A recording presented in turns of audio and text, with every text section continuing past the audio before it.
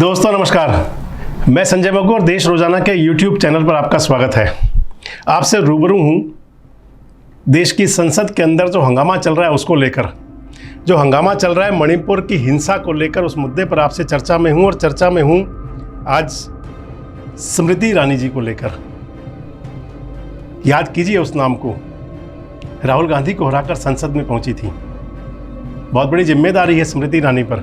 याद कीजिए उन दिनों को जब स्मृति ईरानी विपक्ष में हुआ करती थी और महंगाई के मुद्दे पर सिलेंडर के साथ प्रदर्शन किया करती थी। याद कीजिए उन दिनों को जब स्मृति ईरानी विपक्ष में थी और बेटियों के मुद्दे पर जब कहीं उनके साथ कोई ऐसा व्यवहार होता था जो कचोटने वाला था तो स्मृति ईरानी बहुत ज़ोर से दहाड़ती थी। दहाड़ स्मृति ईरानी आज भी रही हैं। उनका रौद्र रूप देख करके आप भी अचंभे में आ जाएंगे कि आखिर आज स्मृति ईरानी इतने गुस्से में क्यों हैं।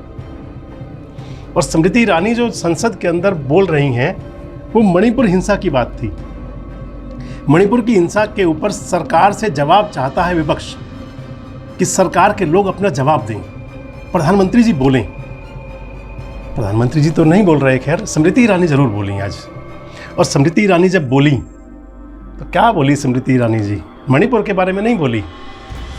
स्मृति ईरानी बोली कि राजस्थान में अन्याय होता है, अत्याचार होता है बेटियों के साथ। स्मृति ईरानी बोली मध्य प्रदेश में अन्याय होता है, अत्याचार होता है बेटियों के साथ। स्मृति ईरानी बोली छत्तीसगढ़ में होता है। मान लिया स्मृति जी होता है, सब जगह होता होगा। लेकिन ये कौन सी बात है कि आप सावन में मल्हार गाने की बजाय राग भैरवी गाने लग जाएं?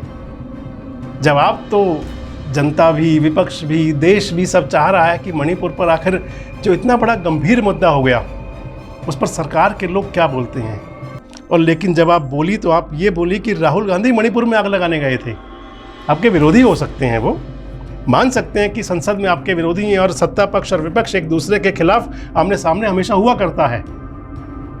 लेकिन जब उम्मीद ये हो और उस समय खासकर जब बेटियों की अस्मत की बात हो, जो मणिपुर के अंदर हुआ है वो शर्मनाक है।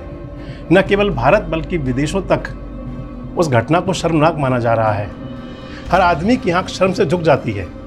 प्रधानमंत्री मोदी जी ने भी जब अपना वक्तव्य दिया था उस घटना के बाद, जो मणिपुर की दो बेटियों का वीडियो सामने जब वायरल हुआ था, वह वीडियो जिसको देखने के बाद कोई भी आदमी अपनी आंखों के आगे हाथ रख सकता था कि ऐसी घटनाएं कम से कम देखने को ना मिलें। प्रधानमंत्री जी को भी क्रोध आया था, क्रोध स्मृति जी को भी आया। अच्छा होता उस क्रोध के अंदर वो मणिपुर की उस घटना के पर जरूर बोलती।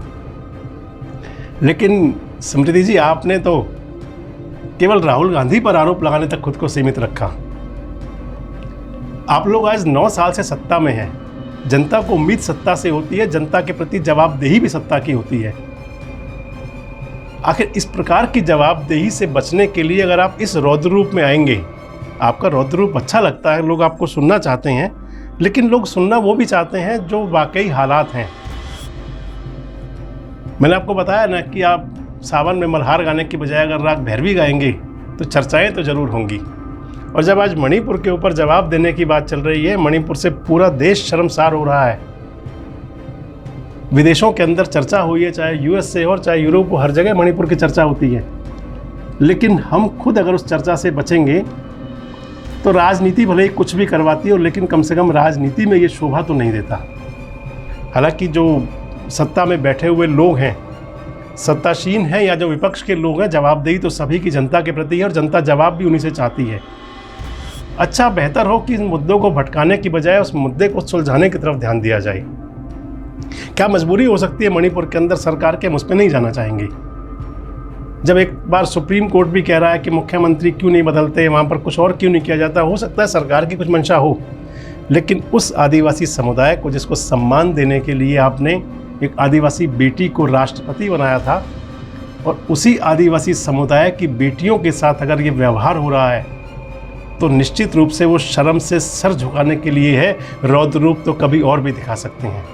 आज के वीडियो में इतना ही। किसी और मुद्दे पर आपसे फिर कभी चर्चा करेंगे। जुड़े रहें हमारे साथ, देखते रहें देश रोजाना। नमस्कार, धन्यवाद। हमारे साथ जुड़े रहने के लिए देखते रहिए देश रोजाना का YouTube चैनल सब्सक्राइब कीजिए।